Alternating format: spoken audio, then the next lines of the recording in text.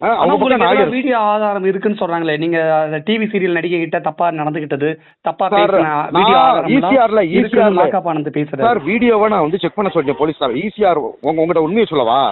மாகாப்பா வந்து ஈசிஆர்ல என்னென்ன பண்ணாரு எல்லா வீடியோ ஆதாரங்களும் என்கிட்ட இருக்கு. என்ன பண்ணாருன்னு அப்படி என்ன அது அவர் பர்சனல். நான் தேவைப்பட்டப்ப அதை ரிலீஸ் பண்ணுவேன். ஓகேங்களா? இல்ல இதுதான் மாகாப் ஆனந்த் சொல்றாரு, உங்களுக்கு எதிராக வீடியோ ஆதாரம் இருக்குன்னு அவர் சொல்றாரு. இருக்கு, அதான் நானும் சொல்றேன்ல, அவரை ரிலீஸ் பண்ணிட்டு நானும் ரிலீஸ் பண்றேன். அவருக்கு எதிராக உங்ககிட்ட என்ன வீடியோ ஆதாரம் இருக்கு? நிறைய இருக்கு சார், அது என்னோட சீக்ரெட். இது நான் கண்டிப்பா அந்த ஆதாரங்களை வெரிஃபை பண்ணி அவருக்கு எதிராக. பேசுறது பொய்யா கூட இருக்கலாம்ல, உண்மைக்கு அவர் பேசுறது பொய்யா இருக்கலாம்ல கூட. நீங்க சார் என் கம்ப்ளைண்ட்டை ஃபுல்லா வாசிச்சு பாருங்க.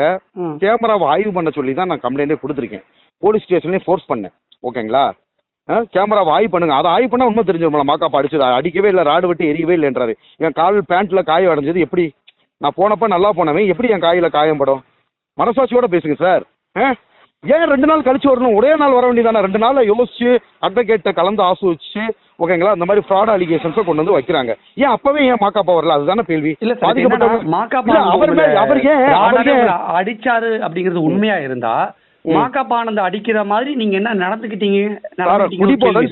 குடிபோதன்னு சொல்லிட்டேன். நான் என்னோட வீடியோ எல்லாத்தையும் பாருங்க. இருந்தாலுமே ஏன் அவர் உங்களை அடிக்கணும்னு கேக்குறேன்.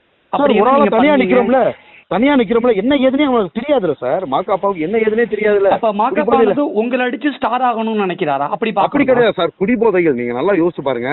நான் அதுக்கு விளக்கமும் கொடுத்துட்டேன் சார். இதை விட என்ன விளக்கம் கொடுக்குறேன்னு தெரியல.